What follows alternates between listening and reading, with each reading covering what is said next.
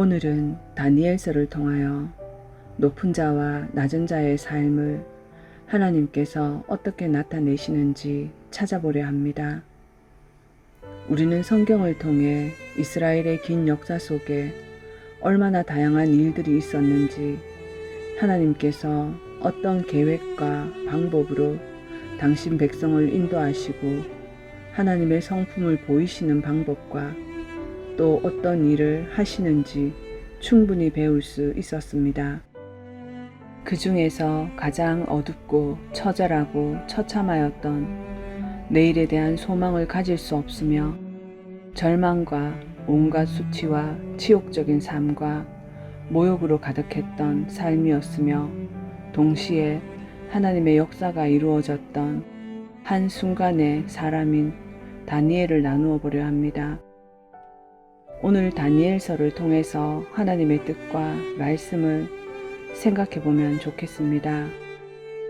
이스라엘은 여호수아가 죽은 후 사사에 의해 통치를 받고 사무엘이 마지막 사사로 소임을 다한 다음 이스라엘은 드디어 왕이 다스리는 왕정시대로 넘어가 우리가 잘 아는 사울 왕을 시작으로 그 다음 다윗, 그 다음에 솔로몬, 이렇게 이어졌지만 이스라엘은 나누어지고 말았습니다.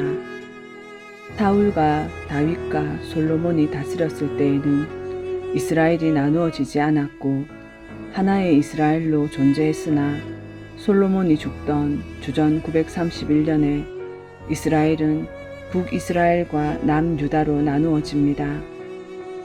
북이스라엘의 첫 번째 왕인 여로보암을 시작으로 북에서는 모두 9번의 왕조가 바뀌었으며 19명의 왕들이 북이스라엘을 통치하였으며 남유다는 솔로몬의 아들이었던 르호보암을 시작으로 모두 20명의 통치자가 다스리게 됩니다. 북이스라엘과 남유다로 나누어진 이후 약 200년이 지난 주전 722년에 북이스라엘은 아수르에 의해서 멸망을 당합니다.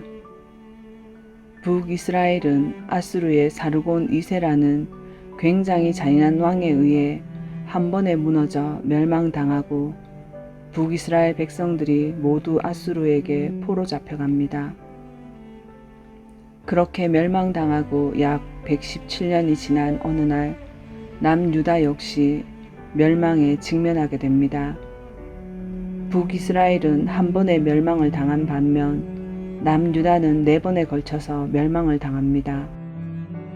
600년, 597년, 586년, 582년, 당시 최고의 위대한 왕이며 전쟁 광우로 불린 바벨론의 느부갓네살에게 남유다는 철저하게 짓밟히고 멸망당합니다.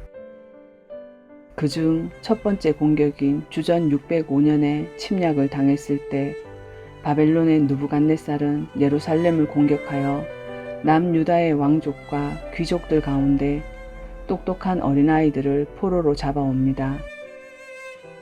그 당시 부모는 끌려오지 않았던 것으로 추정되며 소년들만 데려갔다는 기록들이 있습니다.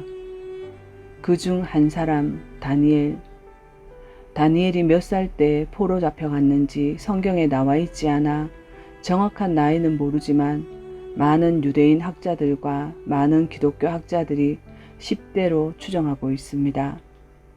대부분 추정하는 나이는 대략 15세 정도라고 합니다. 오늘로 보면 중2 정도 되는 나이입니다. 여러분, 한번 상상해 보시겠습니까? 중학교 2학년 되는 어린 학생이 전쟁을 경험하고 다른 나라의 무시무시한 왕이 자기 나라를 짓밟고 강제로 자기를 포로로 잡아 바벨론으로 끌고 가는 것을 경험합니다. 기록에 의하면 바벨론은 정복한 나라의 왕족과 귀족들 가운데 아주 똑똑한 아이들을 잡아와서 약 2년에서 3년 동안 바벨론의 사상과 세계관을 교육시킨 다음 다시 돌려보내는 기록들이 있습니다. 그때 가르쳤던 학문들은 바벨론의 언어, 문화, 법, 그리고 신화와 점성술과 점치는 법을 가르쳐 그들의 나라를 다스리도록 돌려보내는 것입니다. 그렇게 하는 이유는 우리나라도 겪었던 일제강점기와 같은 이유인 민족 정신을 말살하고 완전한 바벨론을 만들기 위함입니다. 이스라엘 민족들은 우리가 알고 있듯이 유대인 가정의 경우 아이가 자라 4살부터 12살까지 모세 오경을 통째로 암기시킵니다. 그러니까 다니엘도 4살부터 12살까지 분명히 모세 오경에 대한 교육을 잘 받았을 것입니다. 그런 다니엘이 바벨론의 교육인 종교를 배웠으며 바벨론인들에겐 종교이지만 다니엘에게는 100% 성경에서 금하는 귀신, 악한 영들이며 음란하기 짝이 없고 거짓과 술수를 바벨론의 신화라고 배운 것입니다. 더군다나 점성술과 점치는 법을 배우기까지 합니다. 그렇게 배우는 이유는 당시 기록에 의하면 왕이 무엇을 하든지 자주 물어보기 때문입니다. 내가 전쟁에 나갈까 말까, 내가 이거 할까 말까 라며 그 모든 것을 장관들에게 물으면 즉시 대답해야 되기 때문에 점치는 법을 배워야 되고 별의 움직임을 배우고 살아있는 짐승의 배를 갈라 내장을 꺼내서 흩어 그 내장의 색깔과 모양과 온기와 흩어짐의 정도를 보고 미래를 예측한다고 합니다. 바벨론 사람들은 인생의 모든 비밀이 별에 있다고 믿고 짐승의 내장에 있다고 믿었기 때문입니다. 다니엘은 그런 것들을 믿지 않았습니다. 그러나 그런 것들을 배워야 했습니다. 다니엘은 처참한 마음을 가졌으나 그 배움을 거부할 수는 없습니다. 만약 거부한다면 죽기 때문입니다. 기록에 의하면 대부분의 사람들이 바벨론으로 포로 잡혀왔을 때 깜짝 놀랐습니다. 왜냐하면 유대인들이 봐왔던 예루살렘 성전이 최고라고 생각했기 때문입니다. 그러나 바벨론 궁에 왔을 때 예루살렘은 초라하기 짝이 없었습니다.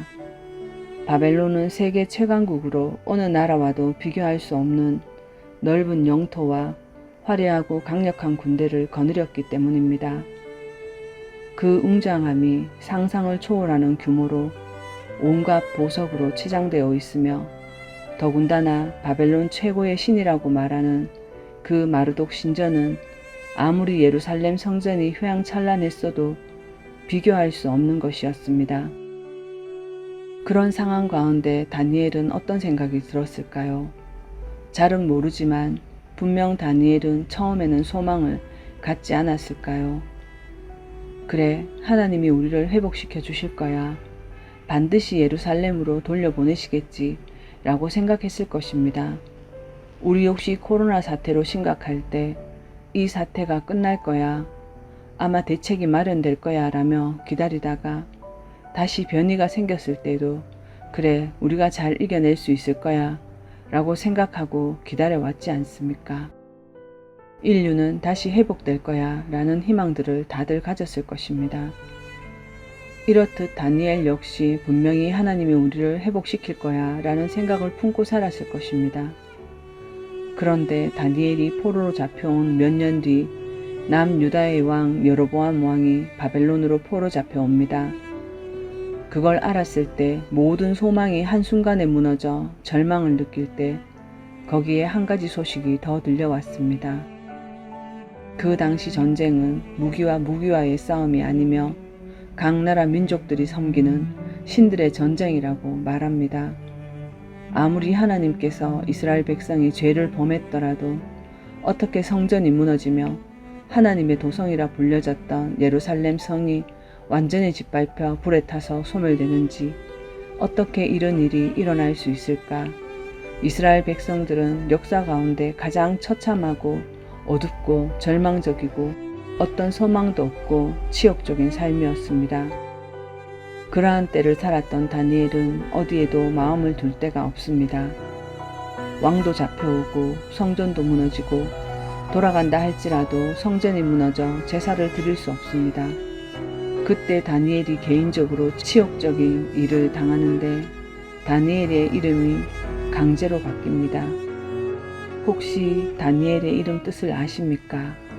사람 이름 끝에 엘 혹은 야 혹은 요가 들어가면 하나님을 나타내는 뜻이라는 것을 다들 아실 것입니다.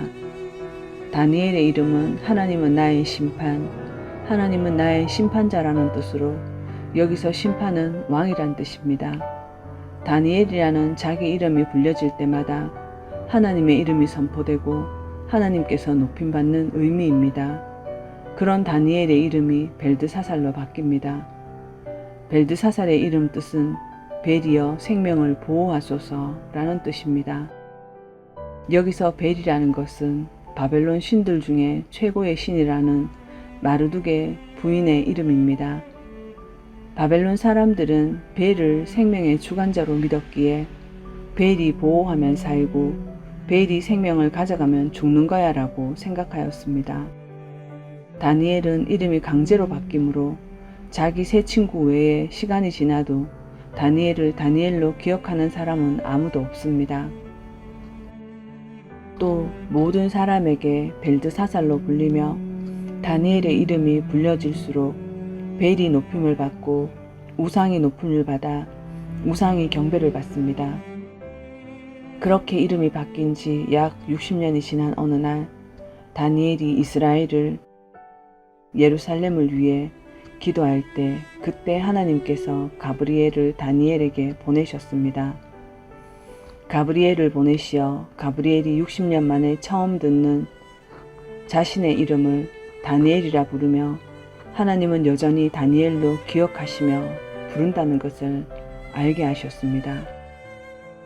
당시에는 최고의 가장 위대한 왕으로 기록에 의하면 느부갓네살은 역사상 최고로 위대하며 강력한 왕 중에 한 명으로 인정되며 성경뿐만 아니라 기록에 의하면 25살 때, 즉 왕이 되기 전 왕자 시절에도 이미 이집트를 공격해서 큰 승리를 거뒀던 사람으로 대항할 수 없는 그 카리스마 넘치는 강력한 리더십을 가졌으며 당시 가장 넓은 땅을 통치했고 가장 많은 백성들을 거느렸습니다. 혹시 그 공중정원이라는 거 들어보셨습니까? 세계 불가사의 중 하나로 꼽힙니다. 그 사막 한가운데 펌프도 없는 시절에 물을 거꾸로 들어올려 위에서부터 물이 떨어지게 하는 공중정원을 만들었던 사람이 바로 느부갓네살 왕입니다. 기가 막힌 통치자로 지혜와 지식뿐만 아니라 두려움도 없었으며 그 느부갓네살 왕이 싸웠던 전적을 보면 거침이 없으며 패배를 모르고 두려움을 모르는 가장 강력한 최고의 왕 중의 왕이었습니다. 그런데 다니엘서에 보면 그 두려울 것이 없는 모든 것을 가진 그 강력한 느부갓네살이 가장 높은 곳에서 한순간에 짐승같이 됩니다. 사람들은 성경을 읽을 때, 특히 계시록이나 다니엘서를 읽을 때 늘 미래에 일어날 일들을 맞추어 보는데 중점을 두어 정말 중요한 하나님의 뜻과 하나님께서 사람들에게 열어놓으신 길을 보지 못하고 기적과 이적과 1260일, 종말, 멸망, 휴거 이것만을 보게 됩니다.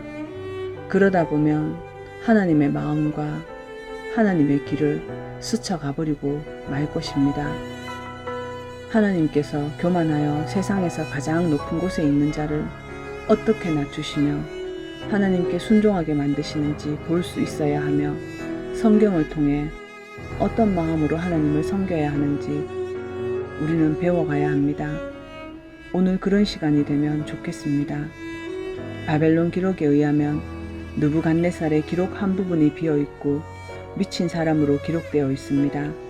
그 위대한 느부갓네살 왕이 이성이 사라져 한순간에 침을 흘리고 땅을 기어다니고 머리와 몸의 난털을 깎지 못해 짐승처럼 변했다라고 합니다. 두려움이 없는 그 느부갓네살이 도대체 무엇에 의해서 무엇 때문에 그리 되었을까요? 다니엘서 4장 33절부터 보겠습니다. 이것은 결과입니다.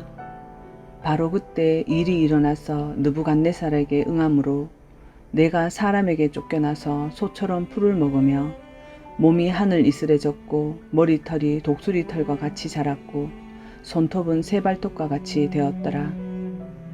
이 글을 읽어보면 딱 미친 사람입니다. 놀랍지 않습니까? 세상 부러울 것 없는 권력을 가졌던 그 화려함, 가장 강력하며 위대한 왕이 한순간에 이렇게 되었습니다. 무엇이 그를 이렇게 만들었는지 성경은 명확하게 말합니다. 4장 30절입니다. 나 왕이 말하여 가로되 이 큰 바벨론은 내가 능력과 권세로 건설하여 나의 도성을 삼고 이것으로 내 위엄의 영광을 나타낸 것이 아니냐 하였더니 이 말이 오히려 나 왕의 입에 있을 때 하늘에서 소리가 내려 가로되 느부갓네살 왕아 내게 말하노니 나라의 위가 내게서 떠났느니라. 내가 사람에게서 쫓겨나서 들짐승과 함께 거하며 소처럼 풀을 먹을 것이요 이와 같이 7대를 지나서 지극히 높으신 자가 인간 나라를 다스리시며 자기의 뜻대로 그것을 누구에게든지 주시는 줄을 알기까지 이르리라 하더니 이렇게 이 당시 가장 넓은 영토와 가장 많은 백성을 거느렸던 최고 위대한 권력과 전쟁왕 느부갓네살은 짐승처럼 만든 것입니다. 다른 어떤 군대가 아닌 것이며 어떤 물리적인 힘에 의한 것도 아닙니다. 하나님의 말씀 한마디로 너의 왕위가 떠났어 라는 그 말 한마디, 어떠한 10분의 연설도 아니며 5분의 메시지도 아니라 딱 한마디 너의 왕위가 내게서 떠났다라는 그 말 한마디에 모든 세상이 떠나고 모든 권력과 모든 군대와 모든 것이 한순간에 잃어버린다는 것을 다니엘서를 통해서 하나님께서 말씀하고자 하시는 것이 아니겠습니까? 살아계신 하나님으로부터 주어지는 한 말씀이면 충분한 것입니다. 오늘 이 말씀 앞에 나아가 살기를 원합니다. 온 땅을 여전히 다스리시는 광대하신 하나님의 말씀, 그 말씀 앞에 하나님을 두려워하며 경외해야 할 것입니다. 오늘날 이 세대는 하나님을 두려워하지 않습니다. 비그리스도인들은 몰라서 그럴 수 있으나 그리스도인으로 살면서 하나님께서 아버지로, 친구로, 이웃으로 여겨주신다 하여 함부로 대하고 있는 것을 종종 봅니다. 아버지라 부르면서 부모의 책임만을 기도하며 자신은 아들로서 딸로서 살고 있는지 돌이켜봐야 할 것입니다. 또한 형제로 자매로 대해주신다는 이유로 능력과 힘을 가지신 분께 베풀어 주시는 은혜를 예의를 벗어던지고 아무렇게나 하나님을 대하시면 안 될 것입니다. 하나님께서 어떤 분이신지 제대로 알기 시작한다면 절대로 함부로 대할 수 없습니다. 하나님께서 예레미야 선지자를 통해서 이스라엘의 죄를 지적하시는데 이렇게 지적하십니다. 예레미야 2장 19절입니다. 너의 악이 너를 징계하겠고 너희의 반역이 너를 패망할 것이라. 그런즉 내 하나님 여호와를 버림과 내 속에 나를 경외함이 없는 것이 악이요 고통인 줄 알라. 창세기부터 요한계시록까지 경외라는 단어로 쓰여진 히브리어는 100% 야레라는 단어입니다. 그런데 이 야레라는 단어는 여기에는 쓰여져 있지 않습니다. 여기는 창세기부터 말라기까지 히브리어 성경 기록 가운데 딱 한 번 파고다 이 단어로 쓰여져 있습니다. 파고다 이 단어의 뜻은 문자 그대로 두려워하는 것입니다. 벌벌 떠는 것을 하나님께서 말씀하시는 것입니다. 하나님께서 그의 백성에게 지적하신 것은 너희들은 나를 두려워하지 않아 문자 그대로 두려워하는 것입니다.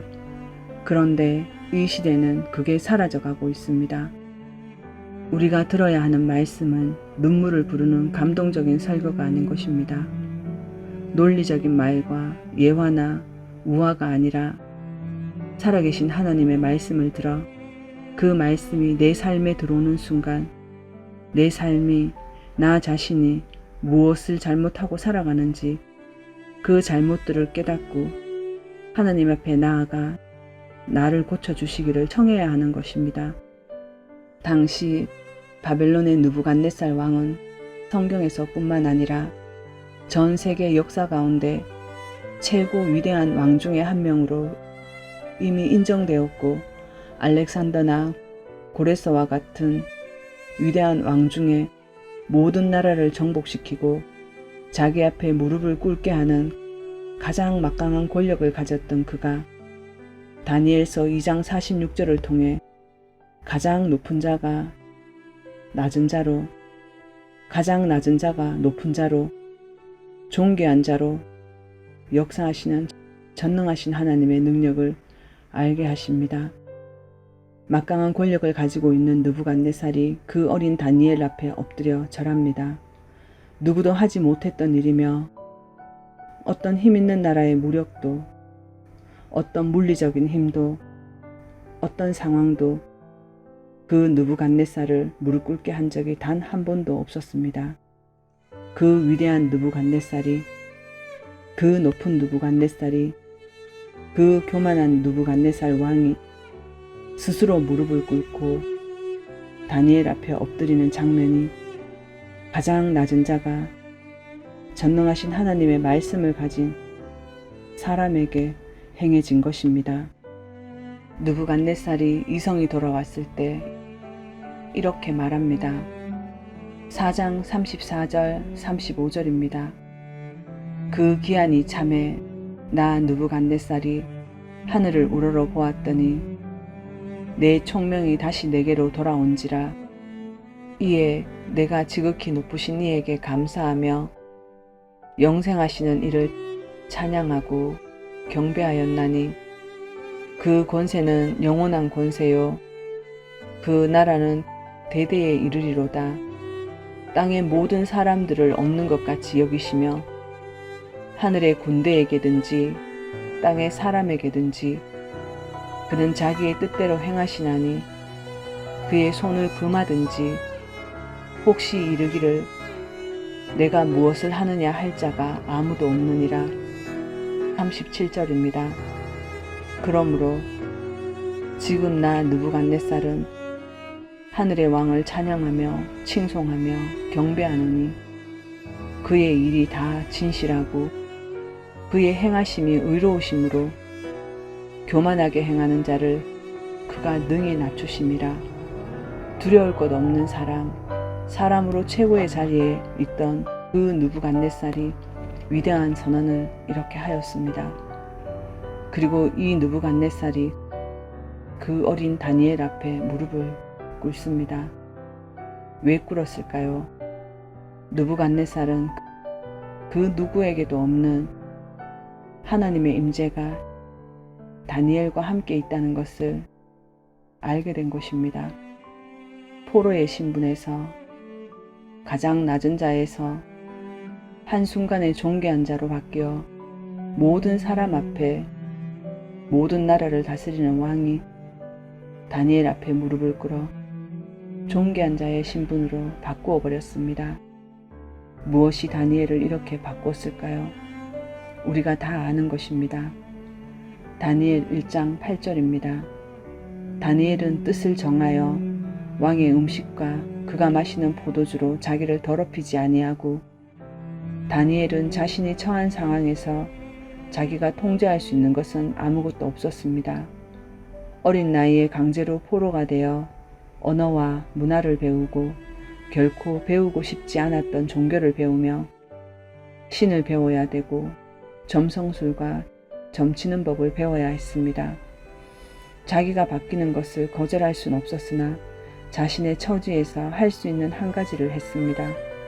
그것은 자신의 마음을, 자신의 뜻을 하나님을 사랑하는 마음으로 정하는 것이었습니다.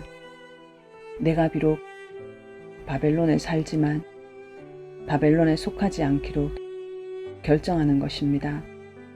바벨론의 가치와 문화와 상식과 세계관과 그 음란함을 따르지 않기로 결정하는 것입니다. 다니엘은 뜻을 정하여 라고 말할 때 그 뜻은 히브리어로 레브라고 합니다. 이 레브는 뜻으로 번역해도 되지만 그것보다 성경에서 더 많이 사용하는 단어는 마음입니다. 다니엘은 자신의 마음을 하나님 앞에 두었다라는 것입니다. 여러분, 오늘날 우리가 사는 한국뿐 아니라 전 세계가 당시 바벨론과 굉장히 비슷합니다. 입에 담을 수 없는 음란함과 문화라며 많은 우상들을 즐기는 사람들, 연약한 교육자들, 싹군 목자들, 마약, 온갖 거짓들, 온갖 타협들, 이렇게 바벨론화가 되어갑니다. 여러분, 다니엘처럼 우리도 오늘 하나님 앞에 마음을 정하여 하나님의 사람으로 구별된 백성으로 살기를 소망하면 좋겠습니다. 말씀을 마칩니다.